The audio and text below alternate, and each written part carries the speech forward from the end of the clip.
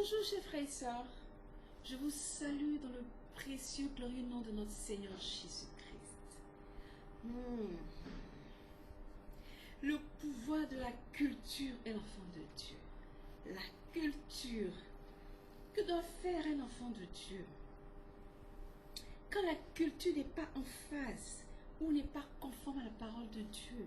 D'abord, qu'est-ce que la culture? La culture, c'est tout simplement le mode de vie d'un peuple, la manière de vivre, la manière de penser, les us et traditions. En tant qu'enfant de Dieu, nous sommes le produit de notre milieu. Chaque être humain est le produit de son milieu. Que faire en tant qu'enfant de Dieu? Que faire lorsque la culture n'est pas en phase avec la parole de Dieu? Ou quand le problème de culture se pose et quand nous sommes enfants de Dieu? Nous allons lire Acte 10, versets 9 à 15. Le lendemain, comme ils étaient en route et qu'ils approchaient de la ville, Pierre monta sur le toit vers la 6e heure pour prier. Il eut faim et il voulut manger. Pendant qu'on lui préparait à manger, il tomba en extase. Il vit le ciel ouvert et un objet semblable à une grande nappe attachée par les 4 coins qui descendaient et s'abaissaient vers la terre. Et où se trouvaient tous les quadrupèdes et les reptiles de la terre et les oiseaux du ciel. Et une voix lui dit, lève-toi, tu manges.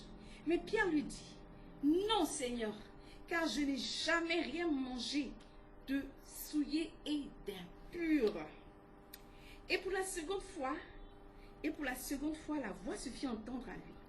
Ce que Dieu a déclaré pur, ne regarde pas comme souillé. Amen. La culture d'un peuple. La culture des Juifs à l'époque, les Juifs ne devaient pas se mélanger aux païens, à ceux qui ne connaissaient pas Dieu, ils étaient impurs, considérés comme impurs. Ça, c'était la culture juive. Et cette culture a vraiment causé beaucoup de tort à Pierre. Parce que quand il rendait ministère, et il y a un moment où il était allé, il mangeait avec des païens. Quand ses frères juifs sont arrivés, il s'est détaché d'eux. Il avait tellement peur. Or, Pierre avait la conviction qu'il fallait que tout le monde, il n'y avait plus de problème entre impur et pur. Pierre avait eu cette conviction. Mais, le poids de sa culture a fait qu'il a fui. Il a fallu Paul pour le reprendre pour dire, écoute, Dieu a dit que tous les hommes sont purs. Ce que tu fais, ce n'est pas bien. Et Pierre s'est repenti. Le pouvoir de la culture, bien aimée. La culture, le mode de vie, la manière de voir, de penser de chaque être humain. Quand nous sommes confrontés à un problème de culture, qu'est-ce que nous dit la Bible? Comment nous comporter? Parce que nous avons déjà un bagage culturel. Nous avons un mode de vie, nous avons une éducation. Selon la parole de Dieu, que faire? Je parlais même du cas des couples. Quand un couple se réunit, quand un couple se marie, c'est deux cultures qui se marient, c'est deux modes de vie qui se marient, c'est deux manières de voir, deux manières de penser. Je vais donner un exemple. Deux éducations, deux manières de voir. Je vais donner un exemple. Par exemple, un couple. La dame, elle est habituée à tout ce qui est anniversaire, tout ce qui est, depuis qu'elle est toute petite, ses parents font les anniversaires. Et c'est son mode de vie. L'anniversaire, c'est quelque chose de primordial dans sa vie. Et elle se marie avec un homme, il a grandi dans un milieu où l'anniversaire n'a pas de place. Il n'y a vraiment pas de place pour les anniversaires. Ça n'existe presque pas. Et si cette dame dit à son mari, bon c'est mon anniversaire, et puis lui il est indifférent, vous voyez ce que ça fait? La femme sera frustrée parce qu'elle va penser que son mari ne l'aime pas. Son mari est indifférent à sa sensibilité. Mais c'est pas lui, ça ne fait pas partie de son mode de vie, ça fait pas partie de sa culture. Mais en tant qu'enfant de Dieu, Dieu dit, nous devons chercher à donner le meilleur à l'autre. Aime ton prochain comme toi-même. Ce que l'autre veut, il faut chercher à faire plaisir à l'autre. En tant que couple, plusieurs aiment sa femme, le mari, la femme aime respecter son mari. Mutuellement, il faut chercher à se faire plaisir. Donc, en tant qu'enfant de Dieu, nous devons faire beaucoup, surtout dans le domaine conjugal, il faut faire des sessions. Ta femme, c'est sa culture, elle a une culture d'anniversaire. Toi, tu n'en as que faire, mais il faut faire des concessions qu'enfants de Dieu. La Bible nous dit de nous aimer les uns les autres. La Bible dit de nous aimer. Aime ton prochain comme toi-même, faisant ta femme. Te mettre à la place de l'autre. D'être l'empathie. On nous demande d'être empathique. Quand tu fais au niveau commercial, on demande aux commerciaux de beaucoup manifester l'empathie. C'est-à-dire se mettre à la place de l'autre. À plus forte raison, toi en tant qu'enfant de Dieu, la Bible dit, aimez-vous les uns les autres. Aime ton prochain comme toi-même. À plus forte raison, ta moitié. Ta moitié est frustrée et tu es indifférent. Ta culture te dit, oh, les anniversaires, je n'en ai que faire. Mais c'est la sensibilité de ton époux, c'est la sensibilité de ton époux. Qu'est-ce que tu vas faire? Il faut faire une concession. Il faut faire un effort pour faire plaisir à ces derniers. Il faut faire un effort pour faire plaisir à ce dernier. Le poids de la culture. Quand on est enfant de Dieu, que nous dit la Bible? Est-ce que ce que nous faisons est conforme? Notre mode de vie est conforme à la parole de Dieu. Si notre mode de vie n'est pas conforme à la parole de Dieu, nous devons freiner. Tant que notre mode de vie est conforme à la parole de Dieu, il n'y a pas de problème.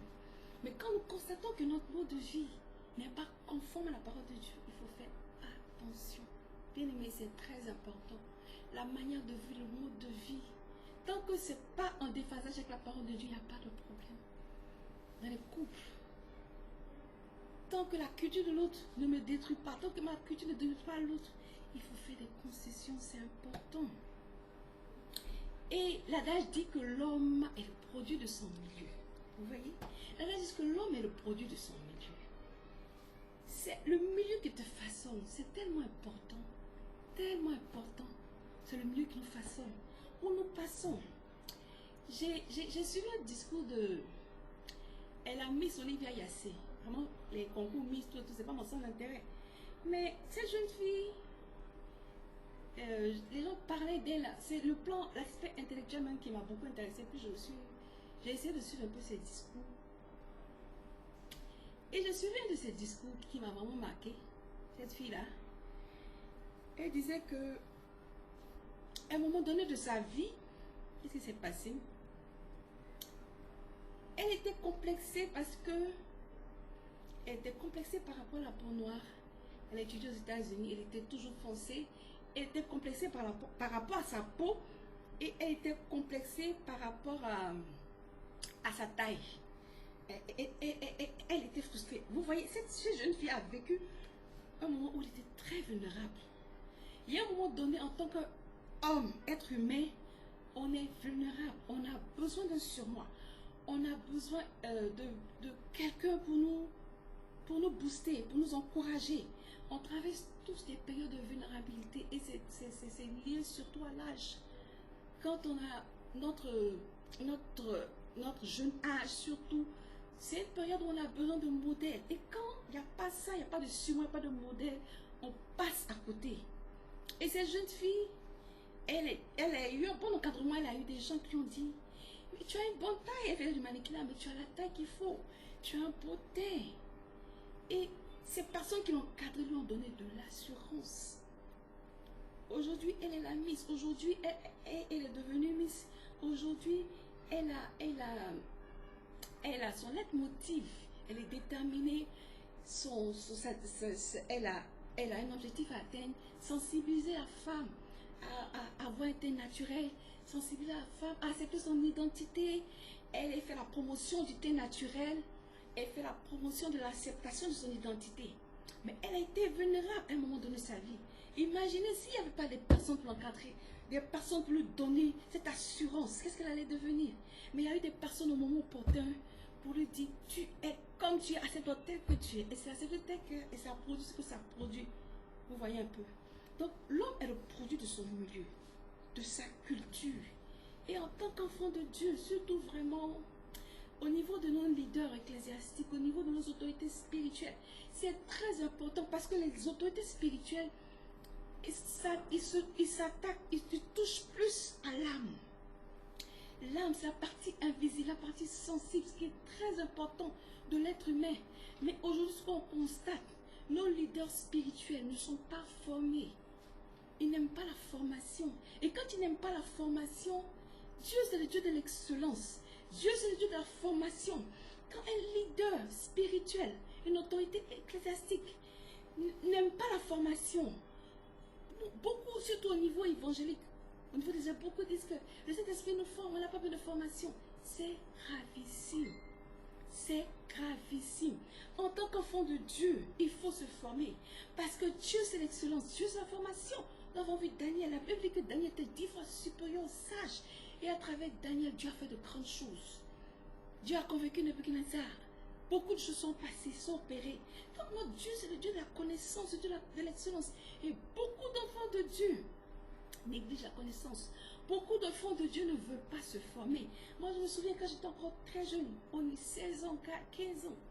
On était dans l'église évangélique. Avant d'être évangélique, j'étais avec ma soeur jumelle. Avant d'être évangélique, j'étais catholique. Je voulais devenir soeur. Je voulais aller au couvent. Et quand j'étais en troisième, nous étions catholiques à la Jeune Marie. Nous avons approché les prêtres. J'ai dit aux soeurs que vraiment, moi je veux devenir soeur, au couvent. Ça m'a marqué. C'est que les soeurs et puis les prêtres qui nous ont dit. Il dit jumelle. Je jumelle avec ma soeur. Allez jusqu'au bac et puis revenez nous voir. Quand on allait avoir le bac, on va voir. Donc on avait cette âne. Ok, il faut tout faire pour avoir le bac. Et puis bon, on va devenir des religieuses, tout et tout. Bon, on n'a pas pu arriver au bac et puis bon. En troisième, on est tombé malade, tout. Puis un pasteur a prié pour nous. C'est quoi s'est passé. Et puis on a quitté l'église catholique et puis nous sommes devenus évangéliques. Nous sommes devenus évangéliques.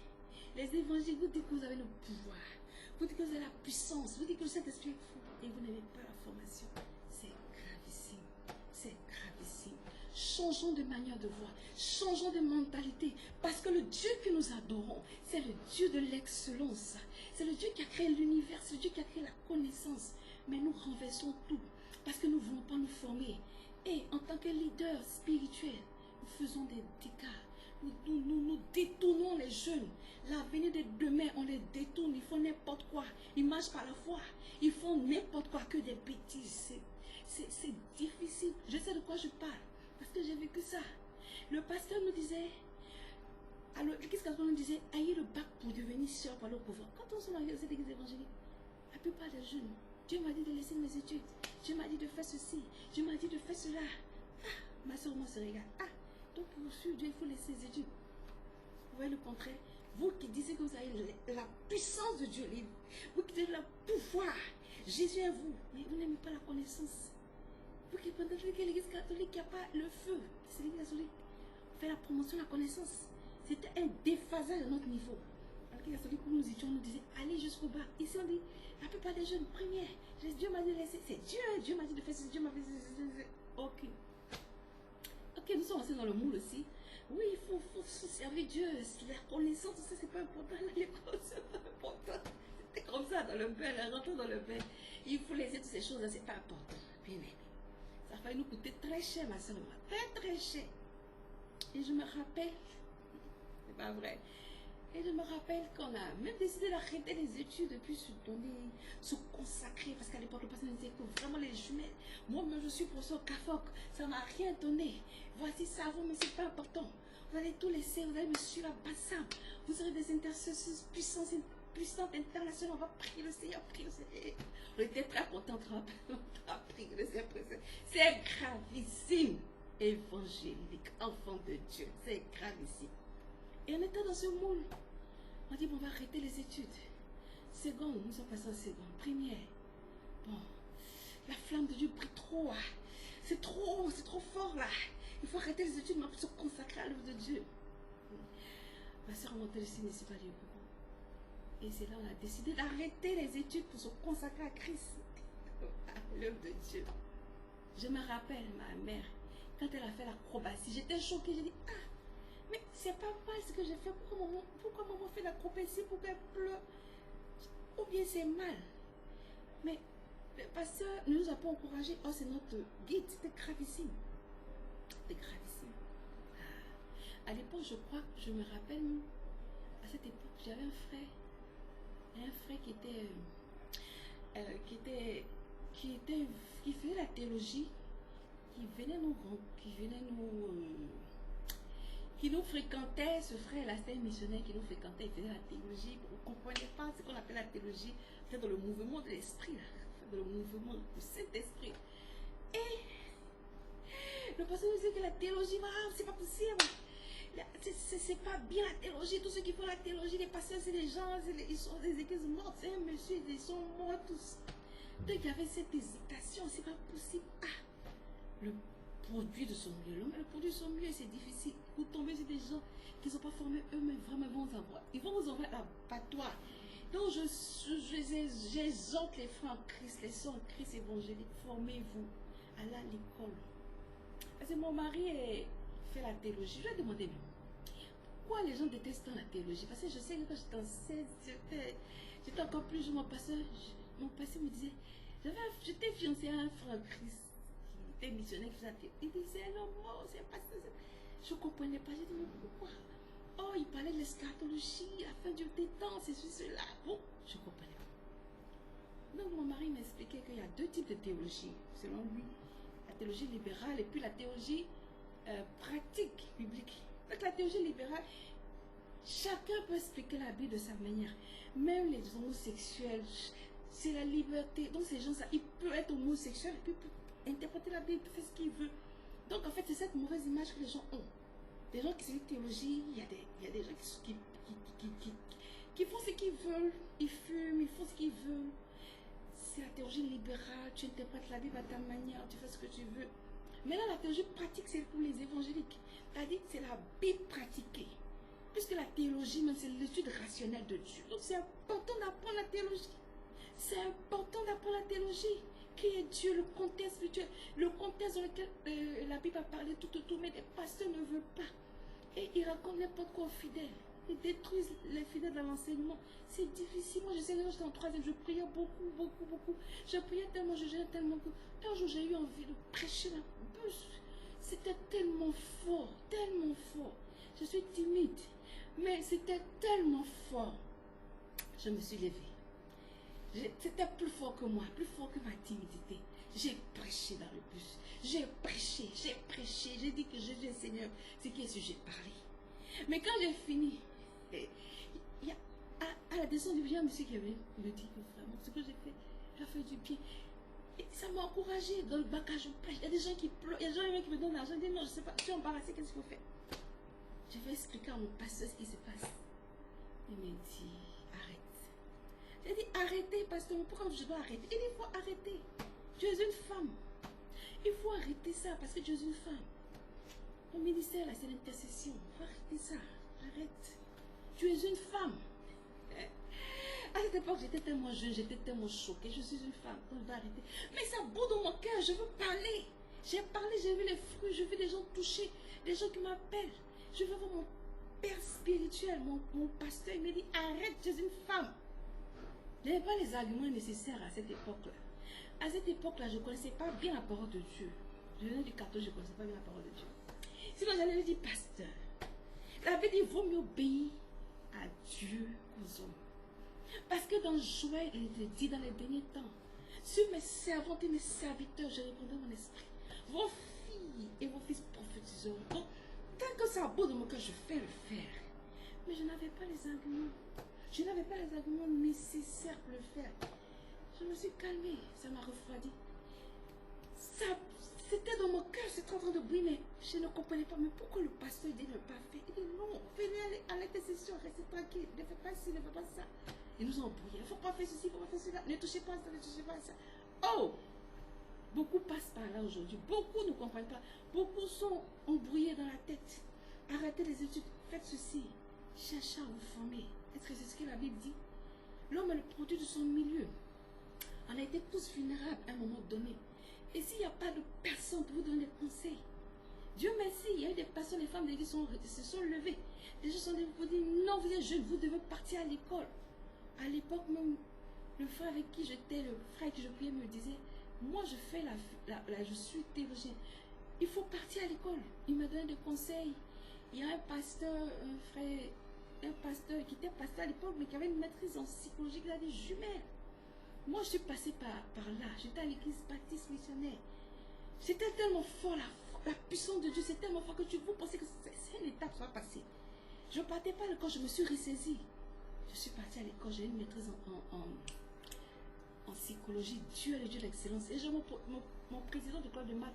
Quand il m'a vu, l'époque où j'étais à l'école, il dit, et l'école, comment ça va? Il dit, ah, oh, c'est pas trop ça. Il dit, tu dis quoi, Jumelle? Au prof de maths, en 4e, vous étiez les majors. Vous dites que ça c'était Jésus-Christ, tu me dis que c'est pas trop ça. Il dit, j'ai pas eu la moyenne. Il dit, pourquoi?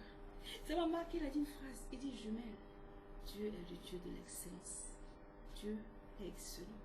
Ça m'a marqué, mais la confusion nous traverse. Mais il faut laisser, il ne faut pas laisser jusqu'à ce qu'on décide de retourner à l'école. Mais je vous assure, l'homme est le produit de son milieu. S'il n'y avait pas eu de personnes ressources à cette époque-là, on allait tout arrêter. Après regretter, être gris, l'homme est le produit de son milieu. Ne donnons pas raison à Calmas, évangélique que nous sommes. Ne donnons pas raison à Calmas. Quand Paul dit que la religion est l'opium du peuple. Oui, la religion empêche le peuple de se réaliser, empêche le peuple, drogue le peuple. Oui, vous donnez raison à Calmas, vous donnez raison à Friedrich qui dit que Dieu est mort, vive le surhomme. Ne donnez pas raison. Parce que le Dieu que nous adorons, c'est le Dieu vivant. Le Dieu que nous adorons, c'est le Dieu de l'excellence. Le Dieu que nous adorons, c'est le Dieu qui est au-dessus de tout, au-dessus des trônes, des gloires, des richesses. Pourquoi nous refusons la formation? C'est trop récurrent au niveau des évangéliques, c'est le désordre. Ressaisissons-nous. Ressaisissons-nous. La culture, la manière de voir. Cette manière de voir, c'est ce que vous voyez. Si vous pensez que l'école, ça ne sert à rien, je ne sais pas d'où viennent tous ces pasteurs qui viennent. Votre culture, est-ce que c'est conforme à la parole de Dieu? La parole de Dieu. Dieu nous dit que le Dieu de gloire, le Dieu que nous adorons, le Créateur du ciel, est le Dieu de l'excellence. Si dans votre culture, vous faites la promotion de la médiocrité, la Bible c'est la promotion de l'excellence. Arrêtez de détourner les jeunes. Beaucoup ont été détournés. Des destins inachevés. Parce que les autorités ecclésiastiques n'ont pas joué leur rôle. Bien-aimés, ne vous laissez pas abuser par des autorités ecclésiastiques qui vont vous dire n'importe quoi. Comme les chrétiens de Béret, analysez tout ce qu'on vous dit. Analysez tout ce qu'on vous dit. Beaucoup de sœurs ont été mariées par des révélations, par des branchements et des couples qui ont eu des ruptures.